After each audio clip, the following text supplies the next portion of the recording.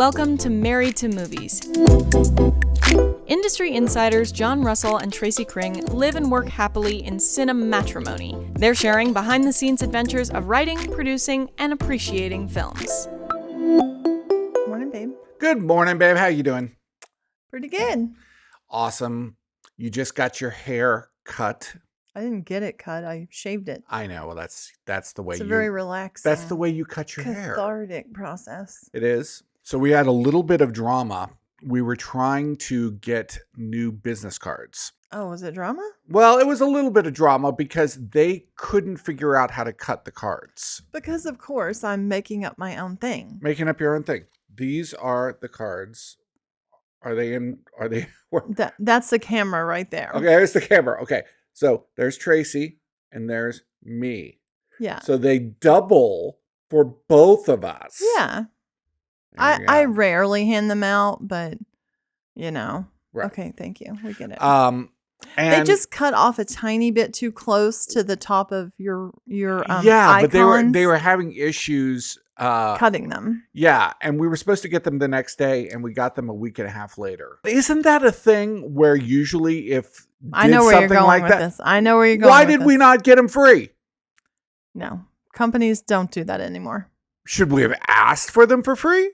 Companies don't give a fuck about giving you customer satisfaction anymore. Right. Did you ask them for a discount? No, I did not. Should I have done that? Yeah, they're not going to offer it. Like, oh, we're going to fall on our sword for you. For a week and a half. It took them to get these You have to make the request. And then they're put in a position to say, and usually they'll say something like, 10%. You ever see those 1930s gas stations where like 15 guys swarm your car and they're like, Simonizing your tires? And I don't even know if that's a thing or not. But I mean, it's like... Was it ever a thing? Yeah, I'm pretty sure Simonizing was a thing. What the hell? I've never heard of this. What the hell are you talking about? Maybe you didn't Simonize tires. You Simonized something. What? Something was Simonized.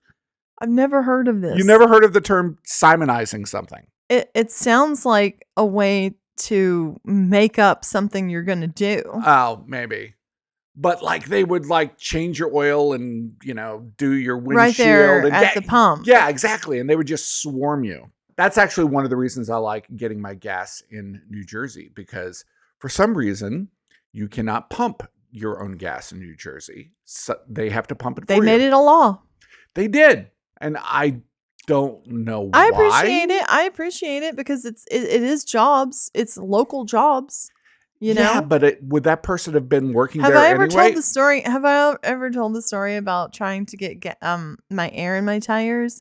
And like my hands are really fucked up. I can't handle things like those little things you got to take off the tire, the gauge, and the whatever those are called. Caps. Yeah. Well, I think they're called caps. Yeah, I can't get those off. Yeah, like come on. Yeah, I can't even get my hands to bend right to do that. They have to be Simonized. Yes. So I pulled up. You were actually in the hospital because of your appendicitis. Oh. And I pulled up. It was like 1 a.m. when I left you in the hallway at the hospital, and I was like, the guy came out. I was in New Jersey. The guy came out and I was like, I don't need gas, but I really need air in my tires. Can you help me with it? And he goes, oh, ma'am.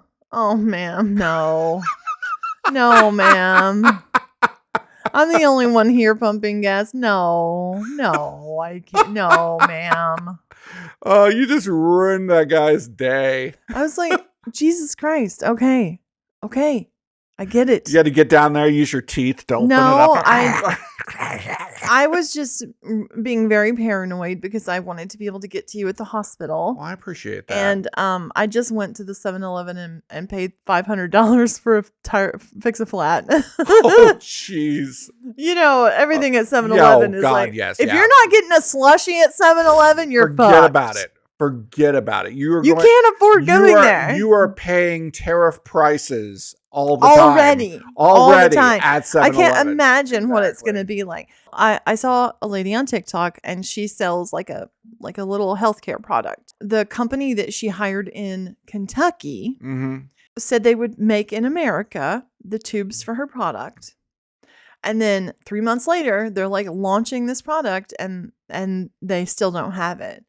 And Right. they're like, just tell us what's going on. And then they tracked one of the people who work at this company down through LinkedIn, made them tell them where the factory was. Right. And then she called and was like threatening, I'm going to come to the factory for my answer. Tell me now why. Wow, okay. Why will we not get our tubes? And the guy admitted, well, we don't actually make the aluminum tubes Don't here. make them here. They come from China. They come from China. That's right. And we're going to have to pay more for those. So we don't have, to stay to your quote that we've given you, we can't hire anyone to work the line to actually do the printing on the tubes. Right. And no one will work because they're going to pay them much lower rates. People are used to paying certain prices for things. That's why they bitch about the fact that eggs cost so much. Okay? Yeah. You get used to You're paying gonna be a certain bitching about amount. Everything. Everything. Not just eggs. Everything. Eggs are going to be a normal price now. The dollar store went to $1.25. What's it going to be now? $2.25? Well, I was researching for a script I'm writing set in the Revolutionary War about my great-grandmother, who was a female Paul Revere, one of, I think, 12 or 13. Right. I just wanted to know which great-grandmother was she, right? Okay. So I have the list of like my dad's mom, her father, his father, his father, his father. Right, the information. The begats. Right. I plug it into ChatGPT to check my work. And I'm like, tell me which great-grandmother is LaDocia Dicey Langston Springfield. Okay. And great name. I know, right? LaDocia? Like weird. Well, like Dicey. Dicey is a great name, yeah. It sounds like a grandma, like a great-grandma. Great-grandma Sounds Dicey. like a cool grandma, though. Man, she's dicey. Yeah. Slice and dicey. So ChatGPT says it's your 6th great-grandmother. And I'm like, are you sure about that? And I literally, I talked to it like a person. Okay, here's the thing. Why are you asking ChatGPT a question that you can figure out the answer to, and then they give you the answer, and you figure out immediately their answer is wrong because you had to figure it out anyway? Well, like I said, I wanted it to check my work. And I said, are you sure about that? Yourself. Don't doubt yourself. Sure. But it's nice to have confirmation. Are you sure about that, ChatGPT? Right. And it said, oh, oops, you're right. I was counting you as a first generation. So when I make that adjustment, she's your 5th great-grandmother. Fifth generation. And I'm like, yeah, exactly. You had talked about the experience of dropping me off at the hospital. And I remember when I got my appendix out, I waited in a hallway for, I believe it was 10 hours. I think you were there the whole night. Yeah. Until you were taken in for surgery. Yeah, until I was taken in for surgery. And I was just like in a hallway. Yeah. And we discovered this show. Well, I mean, we heard about this show, The Pitt. A lot of people have been talking about it. Yeah. It's Noah Wiley. And he's like ER. so much older than you remember him. Like from ER to now. I remember Noah Wiley really looking like the kid on that show. Yeah, but yeah. What could you say Noah Wiley did between the 15th season of ER, if he was still on it, now? He was on some show called The Librarians. Nope. It was like an adventure show. I love lamping now? No, it was called The Librarians. I am familiar with this show. Yes, it was a real show. Librarians aren't interesting. Oh, God. Well, he disappeared for me, and now he's back.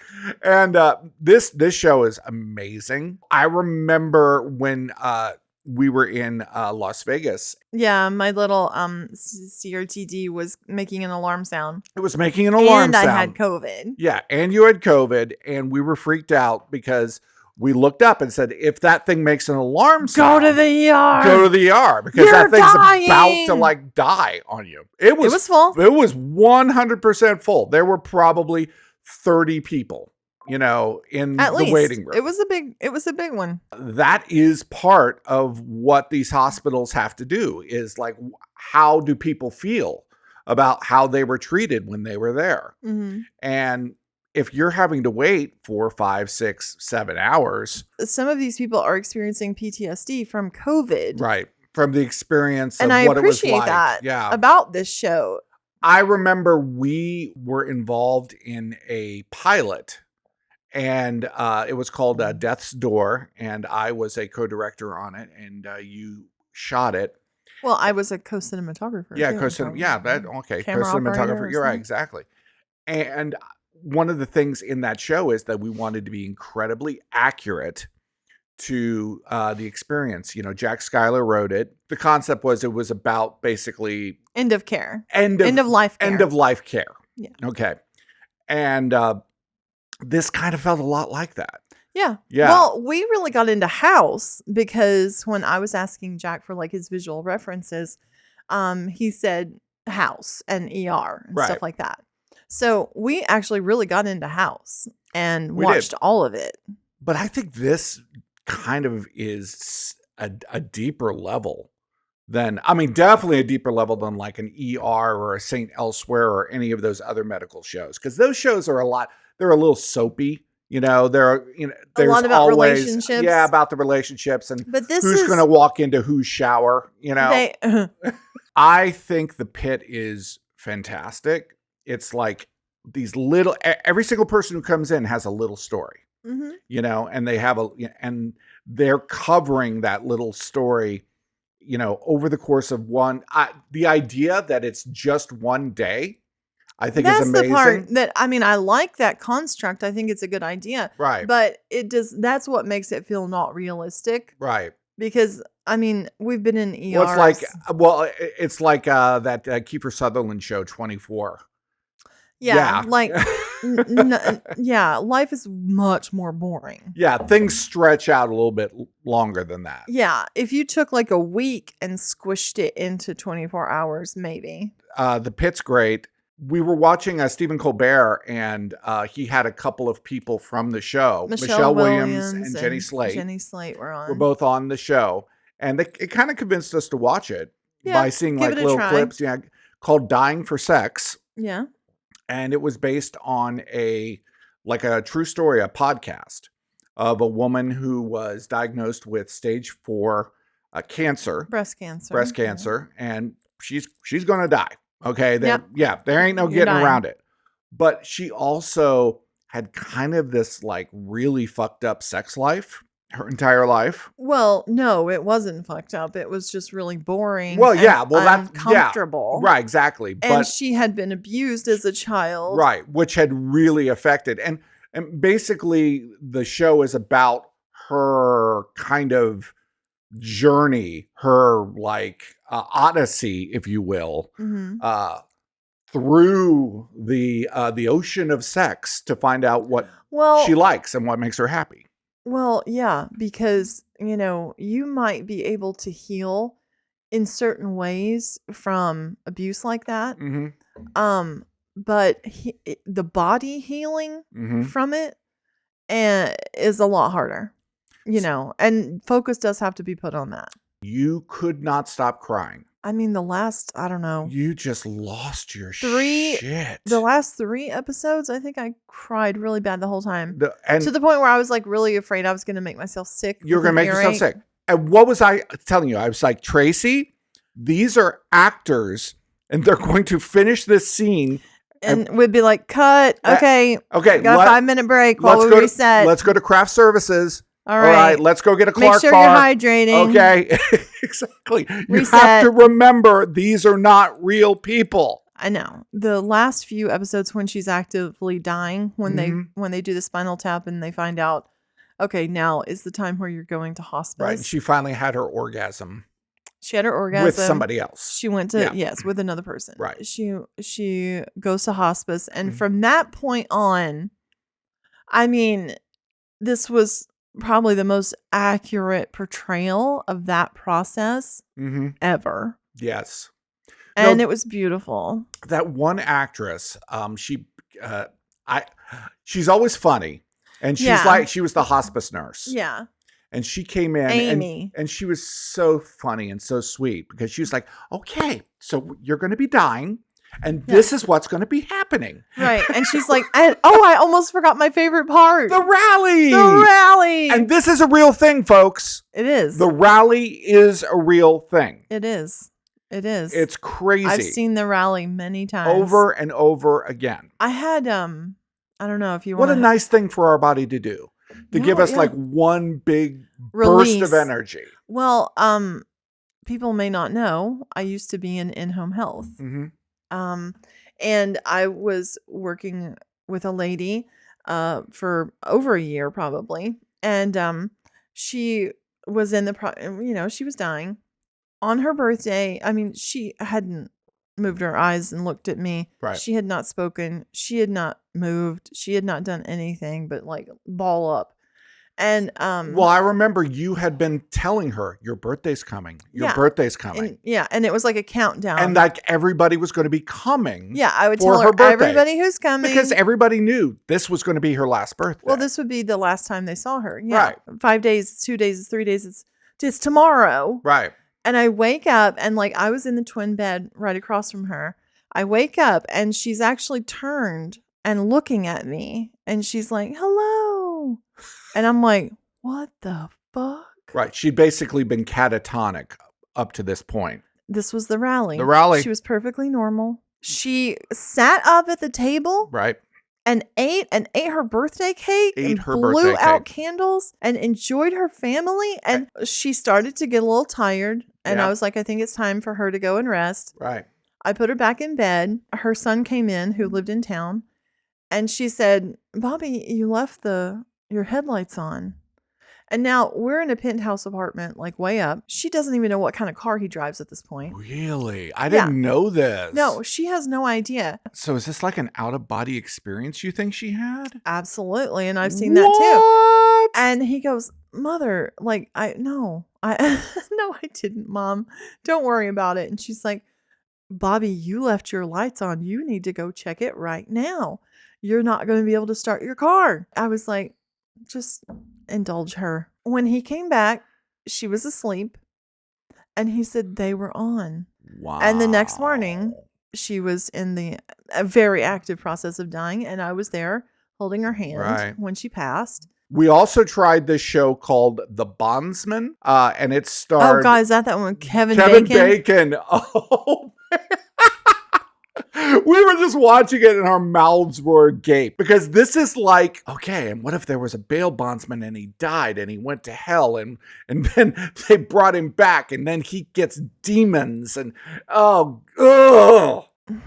trying to be Southern, low country, trying to be Appalachia, trying to be, which you hate too. I really hate it when they just don't get it right. They don't get the South right. Go there. Like, why don't you fucking go there? The way Southern people are portrayed is really dumb and basic.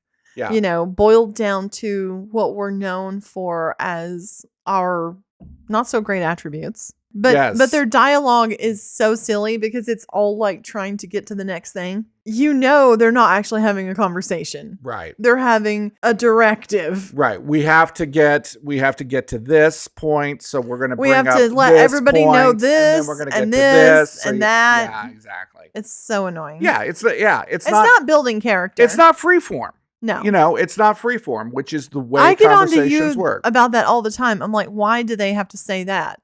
Obviously, I can tell it's to get to the next line. Mm-hmm. So what can they say to get to the next line that's not the tee up? Well, when we started this podcast, we put a lot of effort into it. We put a lot of, okay, this is what we're going to say. And, this is the plan. And, and you told me you don't want to put effort into the podcast. No. And I think it's better because of it. You can use the task manager and you can just throw things in there and then check them off when you're done. And if we're just sitting around doing our thing and it's like, oh, that would be good topic to bring up on the podcast. All the things we've talked about today have been on the task list. Right. And just being mindful of what we wanted, what we thought was interesting. Well, yeah, the stuff that we watched. I'm not writing anything for this. No, absolutely I'm not going not. to. And I'm not going to like make some ridiculous set. I'm not going to this is This is my dining room table. This is where we eat every single meal. I mean, I'm not going to turn this into a studio. We've considered going to a studio. Yeah, but then to do the podcast. But then what would be the point of that? I'm getting up on my Sunday. I'm getting up on my Sunday, having to get dressed and cleaned up and get in my car and drive to God only knows where to do it in a studio. Why? I don't see the point. I want to have my breakfast. We stopped eating on the podcast because which I don't know why. Well, I thought I had gotten a couple of comments like, "This is really gross that you're eating." It's good in a movie. Eating and talking is great in a movie, but they never eat. And like on The Bachelor or Bachelorette, they always like have food there, but they never eat it, and it's really gross. It was in Hobo Jesus, Theodore Bulikos. He had to sit there. It was a very beautiful shot that Nathaniel had set up.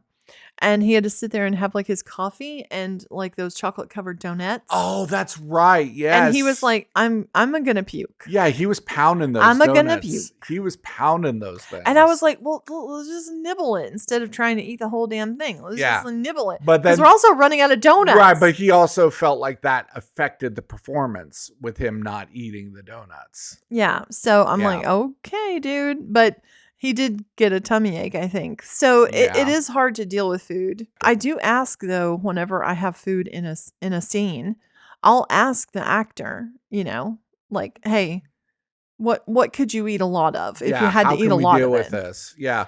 If you have a scene and somebody comes like into a restaurant, into a diner, there are all of these things that happen that are important that if they don't happen, then it doesn't feel like a realistic scene. Interruptions. Right. But there's like, okay, there's the greeting. Then there's the coming. Hey, do you want something to drink? Then there's the Here's drink, your menus. And then there's bringing the drink. Then there's the menus. Taking the order. Then there's the taking. Bringing the food. I mean, it's crazy.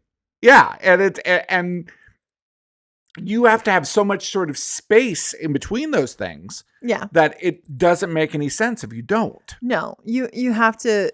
I think a diner scene or something like that, it's very important to consider, is this conversation good for this setting? But, we write diner scenes because diners are it looks great. Fantastic. You want to be camera. there. You want to be there because they look good. Two of the actors that we've worked with, Monique and Tara, love, yes. They are both doing verticals, and it was weird. This week was kind of the week that it just kind of showed up on the radar. Well, and I'd heard about it, but all of a sudden, actors that we know are doing verticals. Well, probably 3 to 4 weeks ago, on my TikTok, the algo started spitting out a bunch of vertical dramas. This guy's a werewolf. The werewolf one. But I saw that guy in one of those like things, those pills you take so that you don't get HIV. What's it called? Okay. I saw that because I was so it was like a pharmaceutical commercial. Yeah, I was like, hold on. I've seen that guy before. What's he been in? And I was like, he's the alpha from that werewolf. He's the werewolf. Pharmaceuticals own all streaming commercials, basically. Right. I looked up verticals and they said that the people that watch verticals are women in the Midwest. Between 40 and 65. That's their market. They remind me of what Zalman King was doing. Yeah, like Red Shoe Diaries I think they want to be able to go and sing in the choir on Sunday and not feel bad about watching and paying to watch a man be a werewolf and lick this woman's face. But when it actually gets down to the down and dirty of it, they never show that. No, they don't show that. No. They like the tension and the build-up, and they're not so interested in the deed. Well, I mean, they just want the romance? I mean, that's kind of what like White Lotus is. I mean, tonight there's the season finale of White Lotus. You made an amazing point, which is White Lotus is just that season of Dallas that ends on Who Shot JR. Yeah. Yeah, every season it's Who Shot JR. That's so brilliant. Because you're so right. No, and it's you're so right. Mike White realized that he could build this whole thing up and it always starts the same. Oh, this season of White Lotus isn't as good. oh, this isn't as good. And then by the end, everybody's like, oh my God, Who's this could gonna happen. die? Who's going to die? Whoa, you know? Yeah. And because it just works. Because these people are rich and awful. Well, and we're incredibly hate 'em. interested. And verticals are the same way. Everybody's rich. Oh, everybody's rich. Everybody's rich. You know, that's the thing about poor people. They love to look at rich people. Well, poor giving. That's like from Camelot. I wonder what the king is doing tonight. But, you know, there were tens of millions of people in the streets yesterday. On April 5th, when everybody took to the streets. Like, I think that's great. But, like, how can you do that every day in your life? That's the thing. How are you And, like, how are you resisting? How are you fighting? How are you challenging? You know, and really think about that in your everyday life. Do you believe that entertainment is a distraction, or do you think that we really need entertainment to, you know, give us some place to escape to, or is escape the problem? I feel like you have to be careful of consumerism, and that may lead to escapism. But when instead of doing a thing, you're consuming instead of creating, there is a balance, I think, that you have to maintain. And you become too much a consumer and too little a creator, and all the things you're consuming are turning into nothing. I really like that series, John Adams, and I find that whole, like, especially right now in our current climate, I find the Declaration of Independence and that whole era really interesting. Right. And I was watching that, and like lines were coming to me. Right. You know, for my script. There and you like go. I was like pause, and then I was like typed a scene up. Right. You know, and like I don't know if I would have necessarily had that idea if I hadn't been immersed in that era during that time. And I think when you're consuming in order to create, it's great. It's a great process. But when you're just consuming to escape, and that would be with anything, with food or alcohol or drugs or whatever it is, in the era of like ChatGPT and all of this, and I feel like the real kind of revolution that is maybe upon us, I don't know, creativity, you know, people really getting creative to create work and jobs and income for themselves. Maybe where we're all heading, because they want to do tariffs so they can bring manufacturing back. But manufacturing's been automated, dumbasses. Yeah. Like very few people are still sewing things. Right, exactly. Like the modern factory that is built in this country is not going to have people don't make sneakers anymore. People in it anymore. People aren't sewing soccer balls anymore, you fucking morons. Yeah. Hey, look, it's just fucking brain dead. If you try to make any of it feel logical or make sense, no, it doesn't. It can't. It's just going to make you crazy. Yeah. Yeah, it doesn't. It's hard not to get romantic about movies. Thanks for listening to Married to Movies. Jon and Tracy will meet you for breakfast tomorrow.